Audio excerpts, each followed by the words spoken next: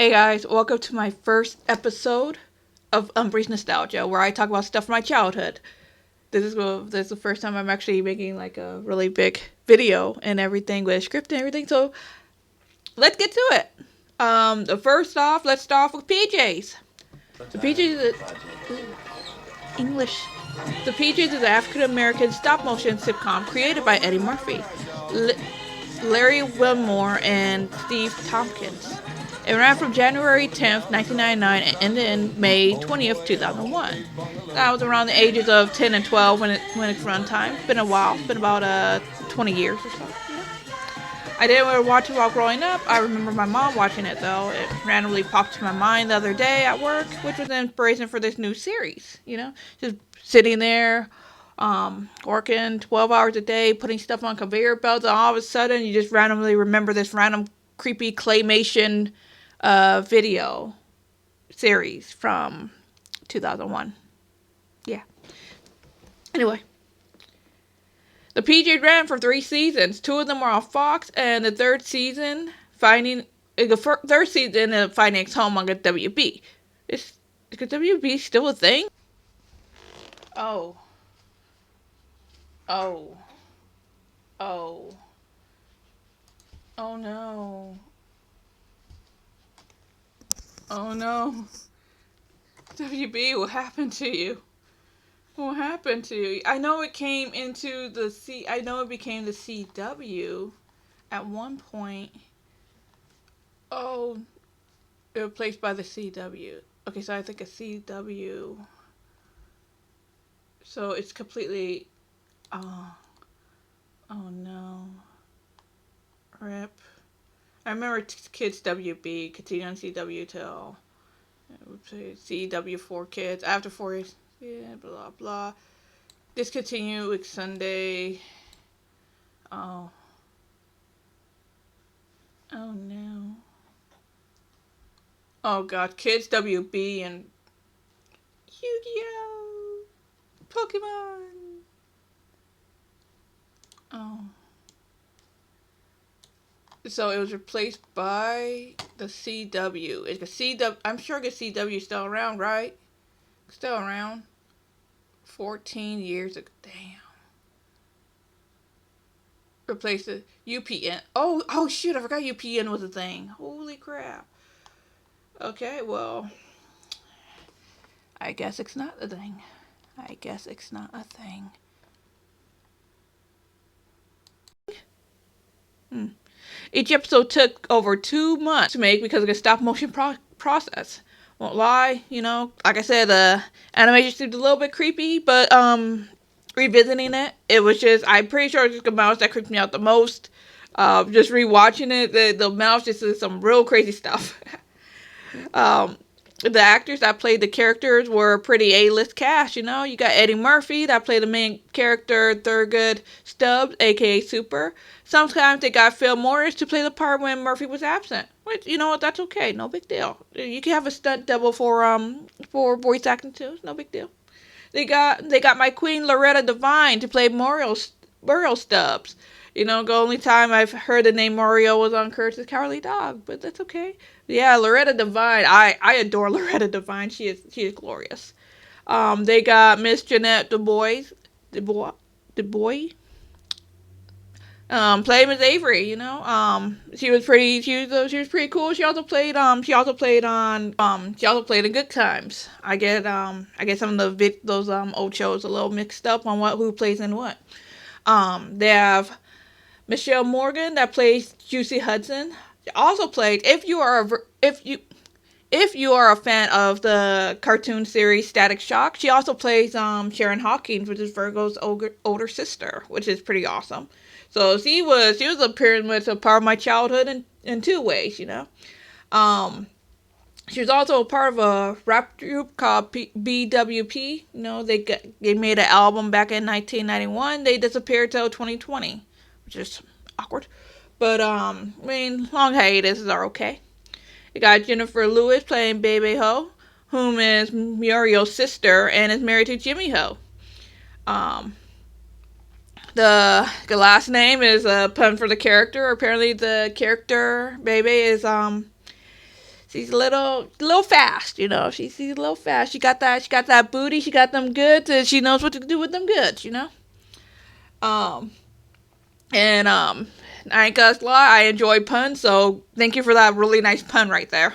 Um, so okay, so what I'm about to say, please take it as a, you know, I don't mean any ill will, I don't mean anything ill or bad when I say this, but you know they got Michael Paul Chan to play the role of Jimmy Ho, and Pepe Serna as the voice of Emilio Sanchez. You know, so they got an Asian person play an Asian, a Hispanic person play a Hispanic. Although the actual roles, although the voice actors themselves aren't the same um, culture, you know, because Michael's Chinese and not Korean, Emilio is Mexican, not Cuban. If you actually walk up to a Cuban person and call them a Mexican, they be prepared to get be prepared to get a butt whooping, you know.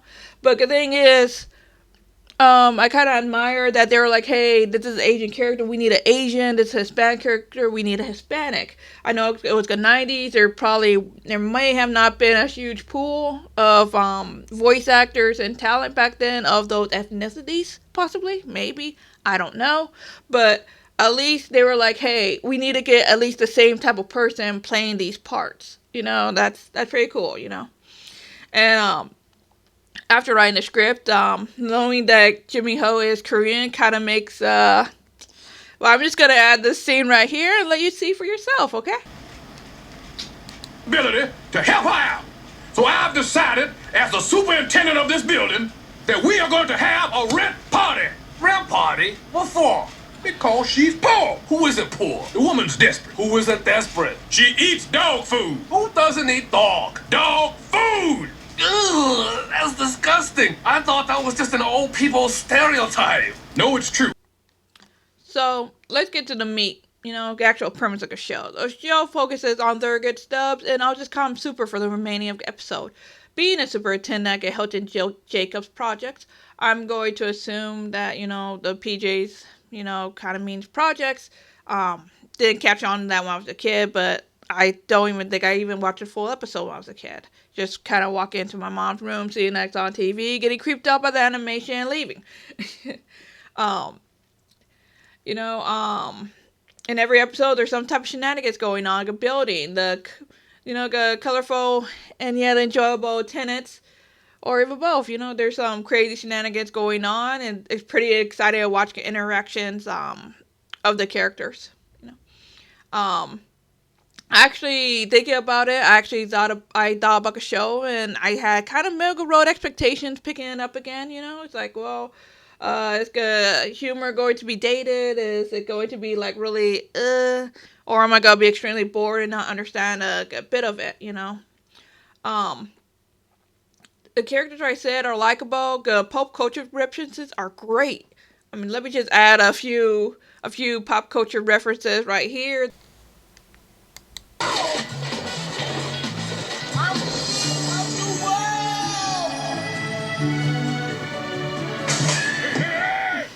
Look, it's a bird! It's a plane! It's super, man!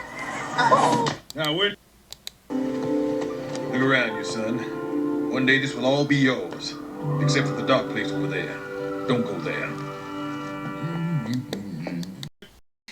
But it does, but does it hold up to 2021 standards? You know, it's it's, I think that it's kind of a 1990s, early 2000s version of Boondocks. You know, it tackles issues in the African American community that it has to deal with. You know, and you know, I guess for PJs, it kind of deals with project life. You know, like dealing really weird apartment homes that are kind of stereotypically kind of bad. But we'll get to that later. Well, you know, we'll go. The Boondocks, they just pretty much go all over the place. I haven't actually watched much of the Boondocks, but yeah, they tackle everything. Anyway, I'll start off with a summary of the first episode. It starts off pretty simple. Super catches Calvin and Juicy skipping school to see an R-rated movie, Good Will Hunting. I've actually never seen that movie, but it's okay. The movie, in the movie theater, you get a peek of some of the other regular characters, such as Smokey the Crackhead. That's what they call him. Okay, that's I have a clip. Okay.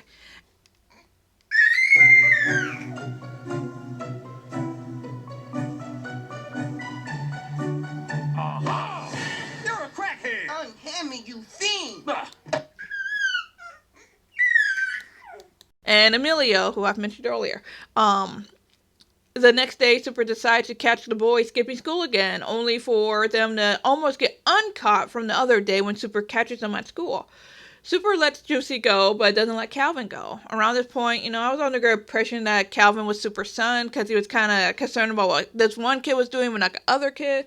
But it turns out he's just a kid of one of the many tenants.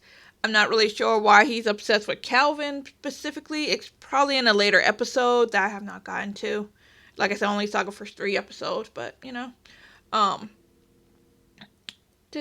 So Super decides to punish Calvin by making him paint a giant wall of graffiti. And then when poor little Calvin finally spends all those hours doing it, it bleeds right through. You see this wall of graffiti? You're gonna paint the whole thing. Oh, man, it's Saturday. And when you get done with that wall, you're gonna start on this wall. But that's our school project. No buts. Just paint. Can I go now? Well, let's see how you did first. Oh, ain't it a shame it all bled through? So it pretty much like he did absolutely nothing, The next punishment, Super decides to let Calvin follow him so Calvin can see what Super does on a daily, such as fixing toilets. That's kind of important, Calvin learns about an F3 toilet tornadoes. Okay, that's toilet tornadoes are apparently a thing in this world. That's important. Just remember that for future guys. Calvin's parents do not enjoy Calvin wanting to become a super, so they try to get Mario, to try to get Super a backtrack on it, But Super comes up with the idea of letting all the tenants get together and tell him how it is to having him working for him. In which they pretty much do nothing but bash him and destroy him and everything, and kind of kills. Now, some of the tenants here have a few suggestions, and it's part of the job as a super to lend a friendly ear. Who would like to begin? Is there anyone that'd like to begin? My apartment's too hot. It's lost its old people smell. Oh, that's a very serious complaint, Mrs. Avery. Thank you. You see what I mean, boy? That's the kind of stuff I deal with on a daily basis. Is there anyone else? I think the roster man has a question. When they're gonna fix the smoke alarm in my apartment? I thought it was working. Exactly. You see, Calvin? It just goes on and on. You don't want to be around this. Your job is Lord in the belly of a snake. Huh. Whoa. See, Calvin? Something like that could really hurt my feelings if I didn't have such thick skin. We'd be better off with a snake for a super. Yeah, at least they could get rid of the rats. Okay. I fail to see how this is helping the boy. Let me just cut to the chase. Your job stinks, and you stink in it. Damn. Super? I don't think I want to be a super anymore. Yeah, neither do I. Self-esteem, he falls to a slight depression. There's a little thing. There's a little joke in there where Mario makes Super a Prozac pie. I'm not gonna exactly show that clip.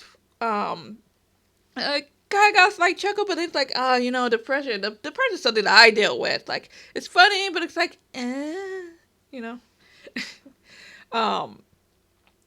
Let's see. So, Calvin's like, hey, you're all depressed and everything. He's gonna try to get a way to get on, like, perk up again and everything. So what Calvin does is he finds himself, he goes up to the rooftop, right? Goes to the rooftop and he tries to kill the antennas. So that way Super would be like, oh no, the antenna, the TV is not working because, back then they had antennas. They didn't have, like, cable internet and everything. It wasn't like a little satellite. It was like actual rabbit ear antennas. Those were not fun. So what happens is Calvin does this, and in the midst of doing this, Calvin finds himself pretty much dangling off the side of the building because one of the antennas grabs his pants and like tosses him down, and Calvin flies in front of Juicy's window, and Juicy's all like, "Oh my gosh, Calvin's in trouble, dude!" I'm just gonna show you. Oh, God. Calvin's in trouble. I better get help. Juicy Hudson supper. Coming. Now I'm gonna. Clip. It's pretty funny. Yeah, but Juicy becomes unreliable. Anyway. Super goes up to see what's going on, right? He's all like, what in the world's going on? And there's where he sees the cord that has Calvin pretty much dangling off the side of the building, you know? And he gets all these things like, hey, like, Calvin's like, hey, how about I jump to that ledge? And Super's like, oh no, that's fixed with duct tape. Like, oh, what if I do this? Like, oh no, that's fixed with that. Pretty much, it just shows that Super just did nothing but literally duct tape. He pretty much just Jimmy rigged and duct tape everything. Duct tape does not work for everything. I know a lot of people think it does, but no, it does not. Grab my hair! That's okay. Hey, why don't I try to swing over to that duct? No, don't do that. It's only attached with duct tape. The drain pipe. Garbage twisters. Well, I could grab onto that ledge. No, it ain't up to code. Fire escape. Not if you want to live. Is there anything in this stupid building you did fix? Yes, I fixed the toilet, smart mouth. I saved your screaming butt from the F3, remember? So, and then Super remembers about a F5 toilet tornado. It's like it was really weird. He just pretty much went to the Haitian ladies. The lady that he went to earlier was like a Haitian voodoo lady, you know. And that's whose toilet they went to fix, and he goes back to her house and pretty much clogged that toilet up to make a F5 tornado thing that works somehow. It saves the day. I don't know. I'm not gonna question it. It was funny, so I'm not gonna question it. So yeah. Watch out now! She's getting ready to blow! Wait a minute. What's wrong? What didn't I do? The vital ingredient. You? Candy, berry, full of grace. Super! What's happening? There's nothing to worry about. I just created an F5. An F5! Don't worry. It'll be gone in 5, 4, 3, 2.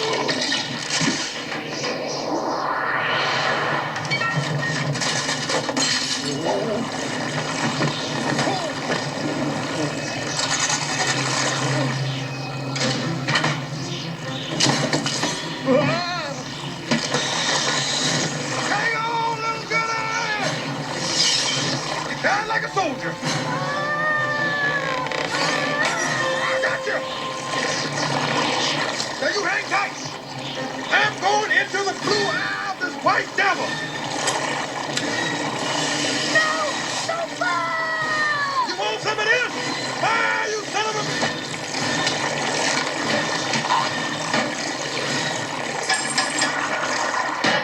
You did it! You're a super!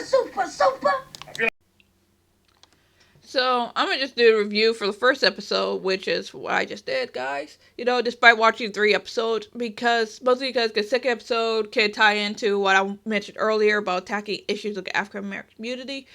Projects, you know, like I said, stereotypically when you think of a project, it's usually worn down, dirty, infested, and everything. As far as I can remember, I've never lived in one. To my knowledge, my memory for where I lived at doesn't go any further than 5th grade, or not 5th grade, being like 5 years old, being in kindergarten. Anything I lived in before then, I don't know. Anything after then was, yeah, pretty, oh shoot, just dropped Hunter's bottle. Okay, just put that there. But yeah, so I can't really speak fully on project life to be honest. I do know, however, the projects at Section 8 aren't the same thing. Section 8 can be, they can be your own houses and everything like that. And you can even have Section 8 inside of what they would consider projects. I don't know how they are now. I know way back, I guess like back in the day, they weren't really that great to live in, possibly. Like I said, I can't fully speak on the subject, so I'll just like do a touch and go type thing. The second episode of PJs, it starts off with Super trying to collect rent from all the tenants. Exactly the episode I pointed out earlier with Jimmy Ho and everything. That was actually that episode, where he's like trying to collect rent from all the tenants, but the clip I showed you earlier was like way in like near the end of the episode. It was kind of like middle, like end of the middle of the episode. Anyway, he's trying to collect the rent for the tenants. They're like talking about roaches and everything. And Super brushes it off like there ain't no roaches, blah blah blah.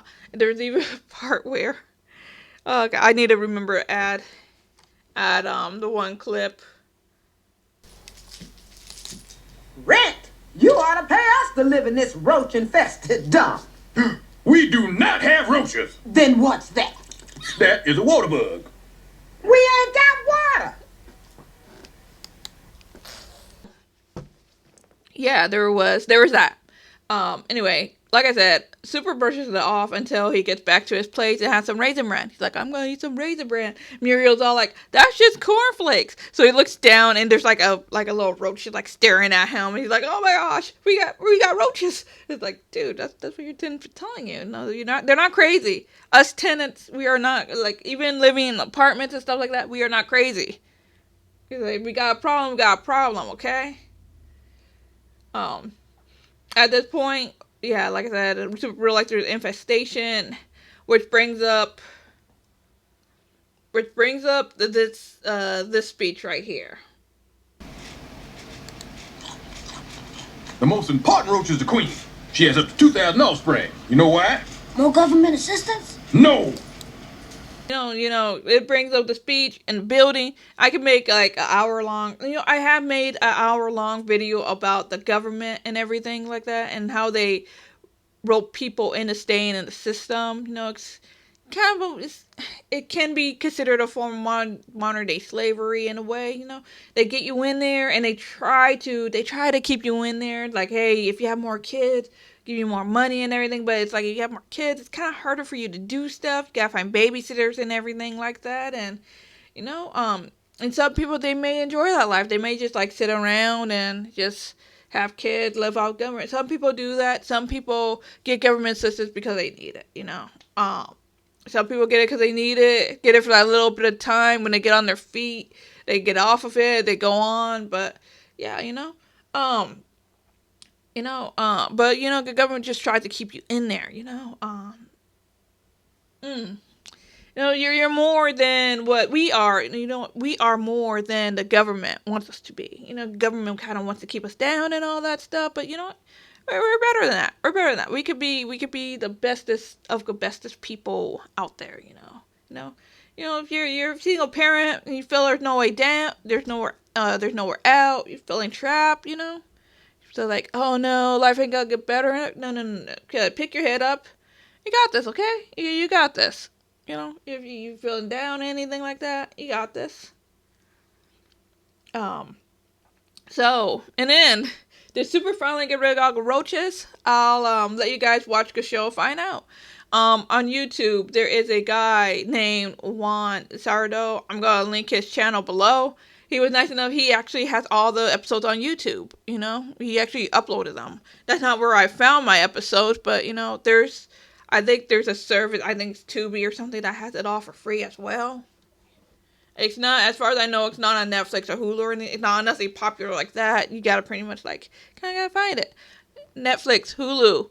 Yo, one of you guys pick up the show, okay? Come on now.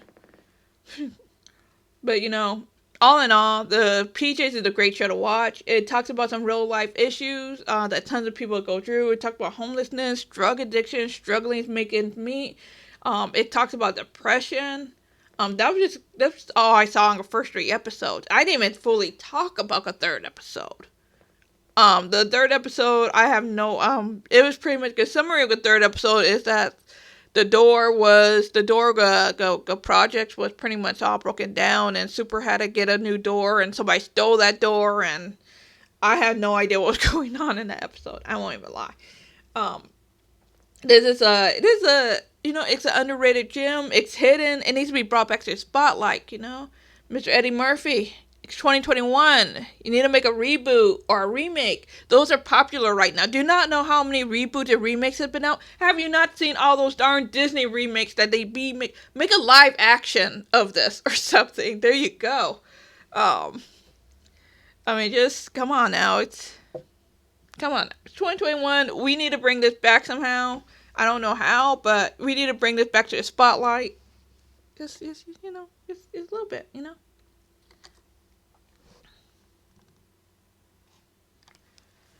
If you or someone you know is dealing with depression, addiction, needs some type of government assistance, feel free to go to the links I have in the description below. Um, you know, it's hard sometimes. Like I said, I deal with depression from time to time. Um, there's help out there. There's resources out there. You know, um, you're not alone. You're not alone. There's people out there that love and care about you, want the best for you, and everything like that. People out there want you to succeed in life. And you probably feel like, no, it's getting a road for me. I can't. It's not gonna get better. It gets better, okay? It gets better. Trust me. It seems like it'll suck right now, but it'll get better. And it gets better. I'm gonna have the links in the descriptions. Yeah, my name's Umbry. You can find me on Twitter. If you want to drop me a PM, my DMs are open. Just go up in there, and be like, hey, Umbry, I'm having some, I need somebody to talk to, and I'm like, okay, cool, let's get some talks. You can message me on. I got Discord. I got Twitter. I got YouTube. If you want to drop a thingy down below, I got YouTube. I'm trying to think of all the ways you can get in touch with me. That's pretty much mostly. I got email. I got email. I got Reddit. Just drop me something. You got this, okay?